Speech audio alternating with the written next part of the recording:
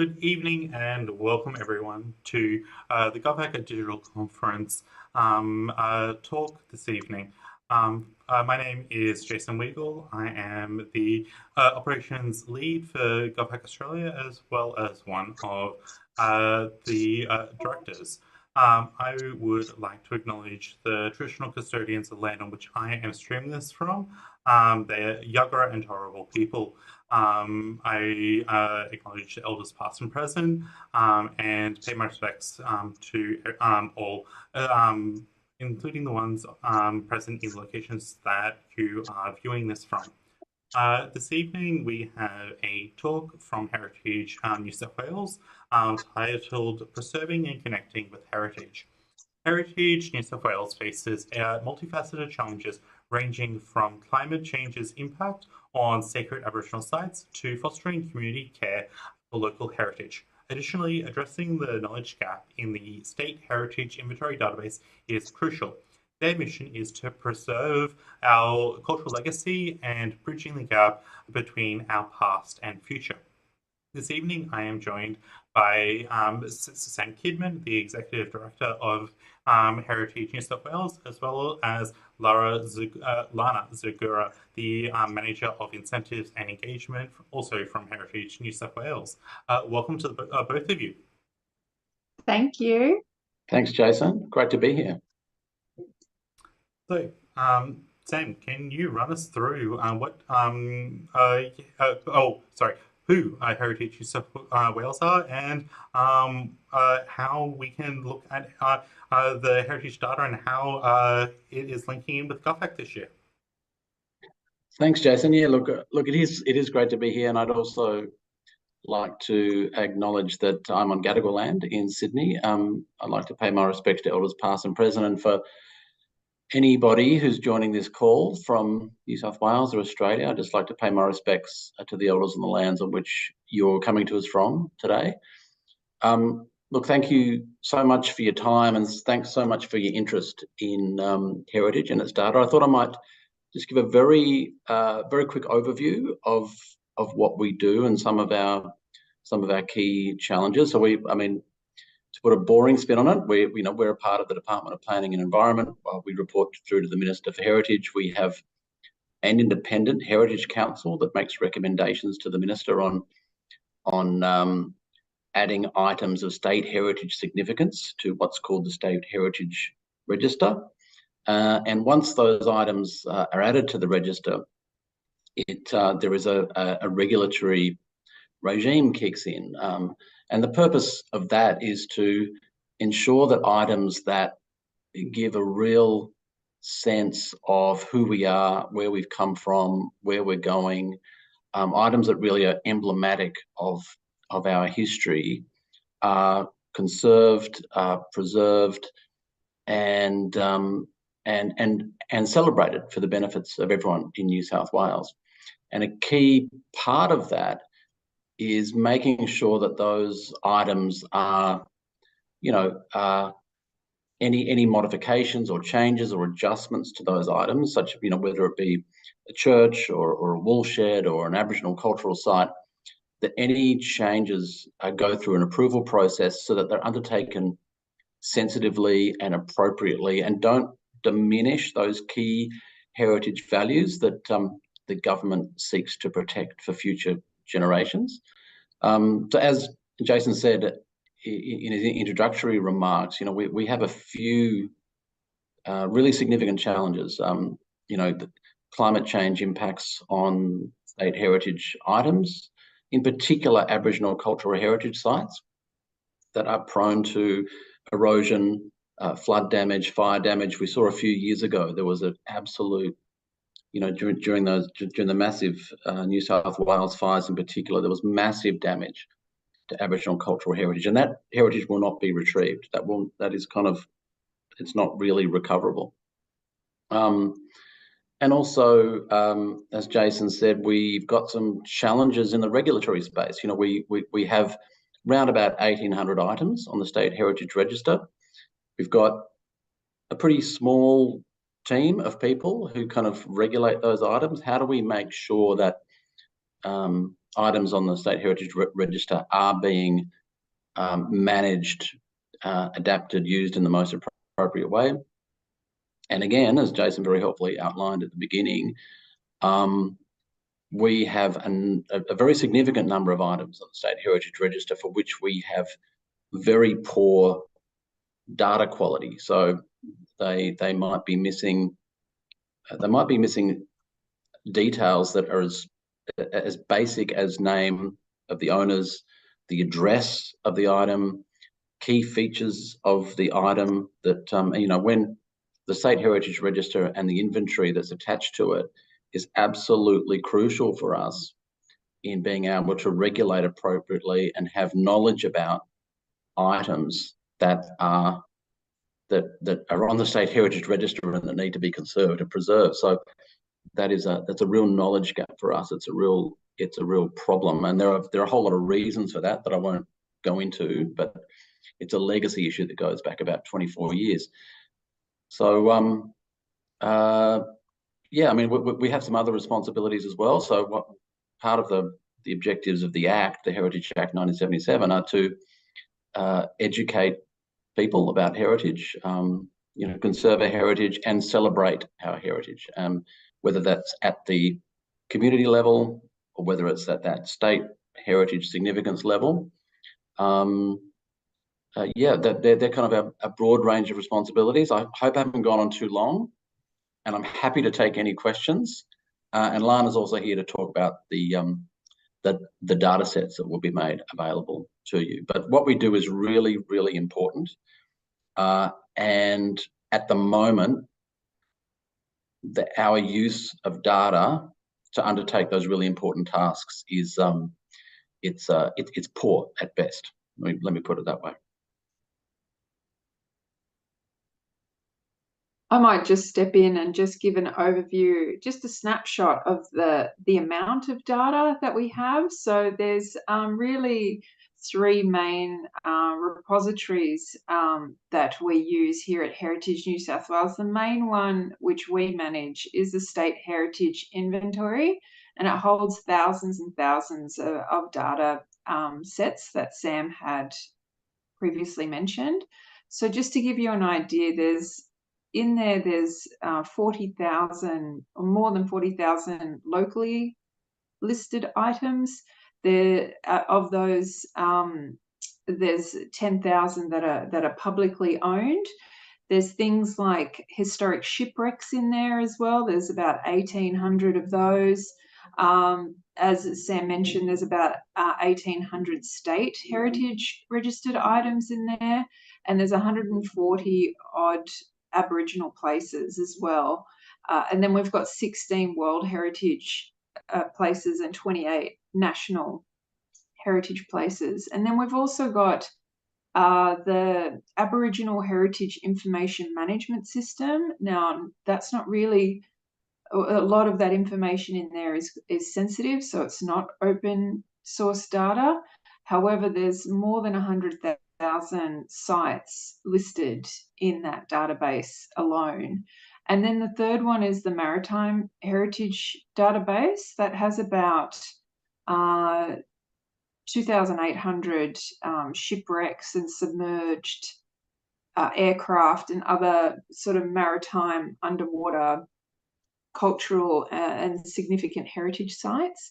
So as you can see, it's quite a voluminous database, but as Sam had mentioned, there are gaps in that, and it is a problem for us, especially around compliance, but it's also a problem for the community. If they want to find out a local heritage item or a state heritage item near them, it's really hard for them to find that information on the database because the information is patchy.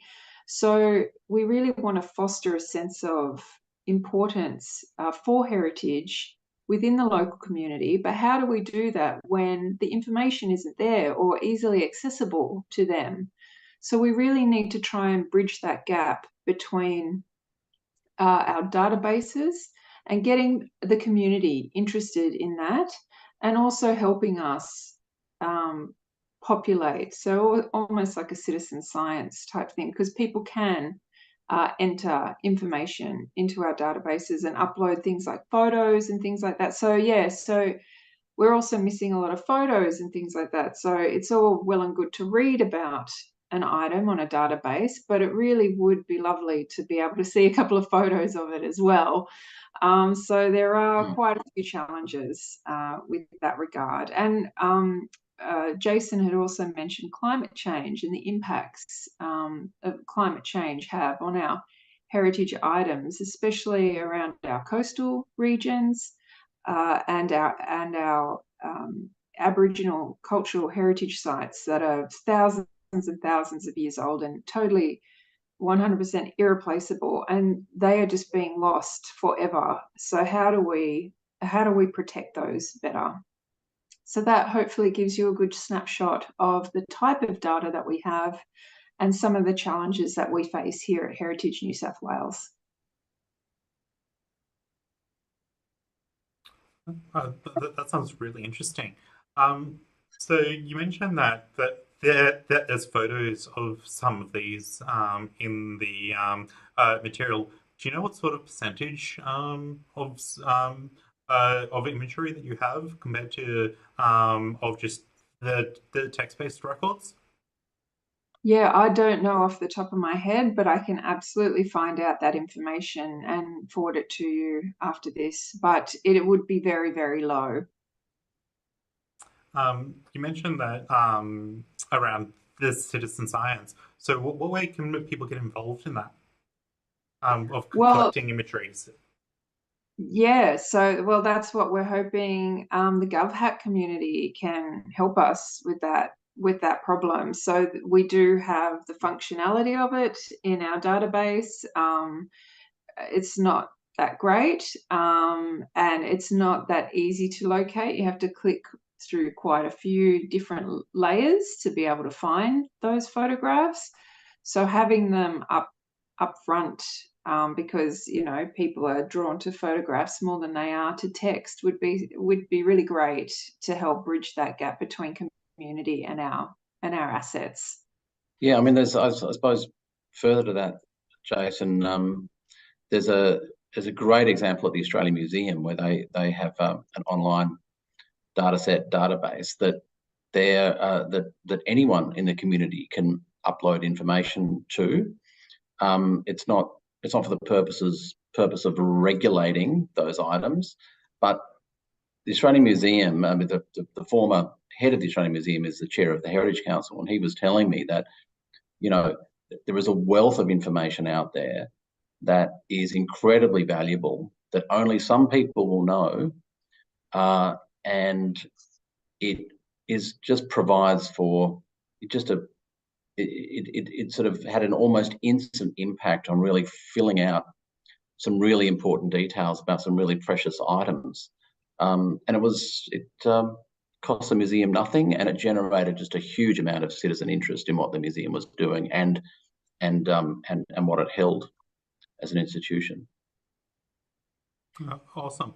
So, with dealing with a whole lot of materials, data, imagery around Indigenous people and the things that belong to them, what sort of things around the sensitive nature of this material do people need to consider if they were to be contributing to these? Yeah, I can talk to that a little bit if you like, Ilana. I can start off if you like. Sure. Yeah, so certain Aboriginal places, sites are sensitive. Like they should only be known or seen, or objects should only be touched by, for example, Aboriginal men or Aboriginal women from a local community, initiated men from a local community, and it's quite inappropriate for people from other Aboriginal communities or non-Aboriginal people to see those items, go to those places, even and touch those items. And it goes to cultural safety, the cultural safety of the traditional owners of those particular places and items, and also goes to the cultural safety of anyone outside that community who might visit that place or touch that item. It can cause them considerable harm. I don't know, Lana, do you have anything to add to that? Or Yeah, this is the beauty of Heritage New South Wales and our challenges. They're not straightforward. There are many layers. So, like Sam had said, that there are massive cultural sensitivities around Aboriginal sites and places. So that's where we need to be really creative about the solutions in how can we address those and make sure that they are kept and maintained, but also meeting those cultural sensitivity awarenesses around those sites and places. So it's a really wicked, meaty challenge. So hopefully the community, the GovHack community, are up for it. Yeah. So the specifics of the challenges won't be released until next week, but people get a little bit of a taster of what it's going to be about. So, without spoiling the challenges, what sort of things are you looking for? More creative, more technical? What sort of things would you like to see in a project that comes out of this? Noting that it's 46 hours. all of the above, Jason. Yep. Creative, technical. I suppose one thing that really interests me is, as Lana was saying earlier, is about citizen engagement in heritage. How can we build almost like a citizen community of practice in heritage that is sort of heritage is a space that tends to be occupied by specialists with heritage degrees. It's a very specialized industry. But we know from our research that the community has a huge amount of interest in their local heritage in particular. Heritage is a massive source of tourism as a destination point in New South Wales. And it's not just the Sydney Opera House and the Rocks and the Harbour Bridge, whatever. And we found that during COVID, for example, for those 2 horrendous years, there was a real reconnection between local communities and their local heritage places. And we know that, unfortunately, that often people only engage in heritage when it's just about to be demolished, right? Which is a bit of a sad thing, but we do know that people really value their local heritage places and items, and the character that it gives to local communities. So yeah, so engaging citizens is kind of like the holy grail for me, I think. Absolutely. Yeah, I agree. And not to give anything away, but I guess we can talk about what the high lofty outcomes are of what we want from these challenges. And like what Sam has just said, is about connecting to their local heritage. And also we know that when people connect to their heritage and understand their heritage and have a deep knowledge of their heritage, they have better health and well-being outcomes as well. So we're looking to create happily connected communities to their heritage in their area, to their cultural heritage. And as Sam said, it's not just for specialists, it's for everyone. We want heritage to be embedded in everyone's everyday lives, and that they value and respect and cherish their heritage around them, so that they have a more rewarding and enriching experience with their community and their heritage. Oh, awesome. So looking at you mentioned there was data around Aboriginal sites, Aboriginal artifacts, the shipwrecks, and similar. Is there any unique stuff that you haven't mentioned that people might want to go, oh, that's really interesting. Let me dive into that. Well, you can dive into the underwater heritage, that's for sure, Jason. Okay. Yeah, I think there's around, sorry, I forget the number, but I think there's around about 200 on the state heritage inventory, something like that. It's a really interesting space. The vast majority of people wouldn't even know that they're there. Wouldn't even know that a shipwreck could be a heritage item and has regulatory protection. Some other interesting. I mean, I'm just trying to think of some of the most interesting items that we have on the State Heritage Register. I mean, the Arrawarra fish traps up on the north coast. I invite anybody to just Google Arrawarra fish traps, and you will see some of the most remarkable, one of the most remarkable feats of human engineering you will ever see. Long before the invention of the fishing rod, you really need to see this. It's absolutely stunning. A bit like the fish traps out in Brewarrina, but this is a coastal fish trap. That's an extraordinary thing. Lana, can you think of anything else off the top of your head? Well, I was just thinking about the new sort of realm that we're diving into that we haven't really explored as much of as we have with other items, but our intangible heritage. So recently, we listed the Sydney Gay and Lesbian Mardi Gras parade route. So it's not an actual place. It's not a tangible place or an item. It's a place in time, basically, that we cherish and celebrate. And we're looking to do more of those sorts of things as well. So I guess exploring that and any ideas around that would be great as well, on how we capture that, and because you can't really put a sign up. I mean, you could, but how we could better illustrate that to the community of those places and spaces. Yeah, Nice. I mean, yeah, that's a really good point. I mean, heritage is not just about a place or a thing. It's about everything that happened there, the histories and the stories and the people who worked there, lived there, contributed to that particular place. And yeah, the intangible heritage value is, well, it's just as important as the physical thing, I would suggest. Yeah, and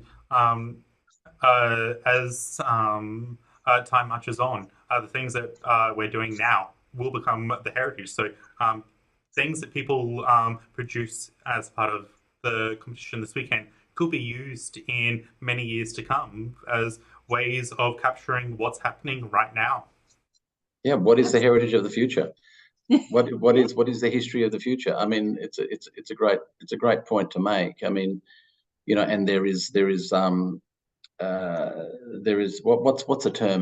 There's sort of a built-in obsolescence to many of the things we make and build these days. And you look around the city and you wonder how many of those buildings will be there in 100 years, and what people might even think about them in 100 years' time. Whether they think, "Gee, that's ugly," or "My God, we need to protect that forever." And you see that with some modern office buildings. Buildings that were probably seen as monstrosities when they were built in the 1950s and are now on the State Heritage Register because they are fantastic examples of modernist architecture, by way of example. Yeah. You mentioned that there's a few different licenses that the Heritage Register is under, depending on the types of materials. We just had a question about what is the percentage of things that are open, if you know, or what types of specific of the open data can they be using for the weekend coming up? I only got a little bit of that because my internet is terrible in the heart of Sydney. Yeah. I can repeat the question for you. Please. So looking at the State Heritage Register, and how much of that and the other data that you have access to and listed, how much of that is open data and how much are under different licenses that have different specific restrictions on for cultural or sensitive reasons? Sure. Yep. Yeah, absolutely. So the State Heritage Register is open to anyone. Anyone can log on to that right now and have a look, as is the Maritime Heritage Database. However, the Aboriginal Heritage Information Management System, it's a mouthful, we call it AHIMS for short, that you can access, but there's a lot of sensitive information in there, so you probably won't be able to see a lot of stuff in there. You'll be able to see a little bit, but not too much. But they're the main ones in our realm. But I've also going to be putting forward other ones, like, like Sam had said, the Australian Museum has some data assets, and Destination New South Wales and other sister government organisations will be listing as well. Awesome. So, uh, and most of those from the sister organizations, they're also available now through Yep. through data.gov.au or similar state bodies. Yeah, like Yep. Seed. A Yep. lot of them are on Seed. Yep. Yep. I know that uh, as a national body, the National Museum captures a lot through Trove, and that does list some from the state libraries as well, that may be of interest. Okay, I am almost out of any questions. Did you have any last comments, statements, or well wishes that you would like to give to our audience? Well, look, I'll jump in, but Jason, I just want to say Yep. we're incredibly excited to be involved in GovHack. It's resulted in some fantastic solutions over recent years. It's it's a bit like what we're trying to do. I mean, you've got a community of people out there who are sort of expert at looking at data and fixing it, and turning it into useful solutions. We're incredibly excited to be a part of it, and I'm sure that we're going to get some really interesting solutions put before us in the next few weeks. So thank you so much for having us. It's terrific. Thank you so much. Yeah, I echo what Sam says, and I reckon our solutions are going to be the best ones. So can't wait to see them. Nice. So, will the participants be able to catch either you at one of our events on the weekend? Yep. Yep.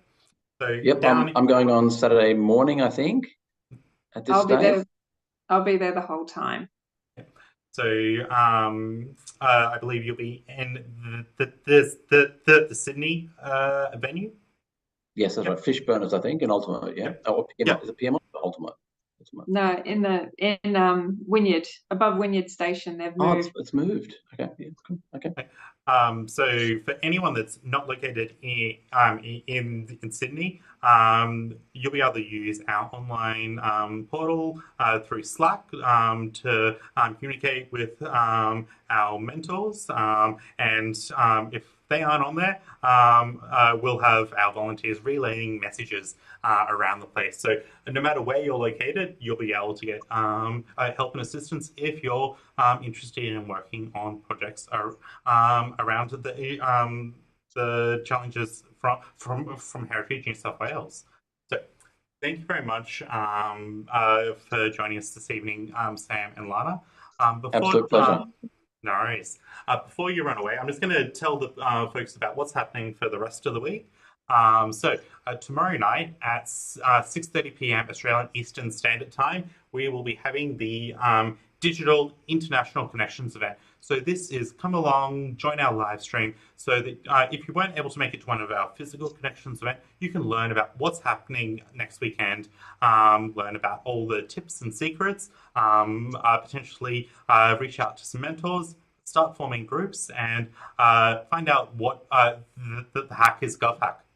On Friday night, we have talks from the National Freight Data Hub for getting to know exactly who and what the National Freight Data Hub is. And then next week on Monday, we'll be having some interesting talks from Amazon Web Services about how you can use their services in your GovHack projects. So thank you very much, everyone, for joining us this evening. I look forward to seeing you tomorrow night and at the competition next weekend. Thanks, everybody. Good luck.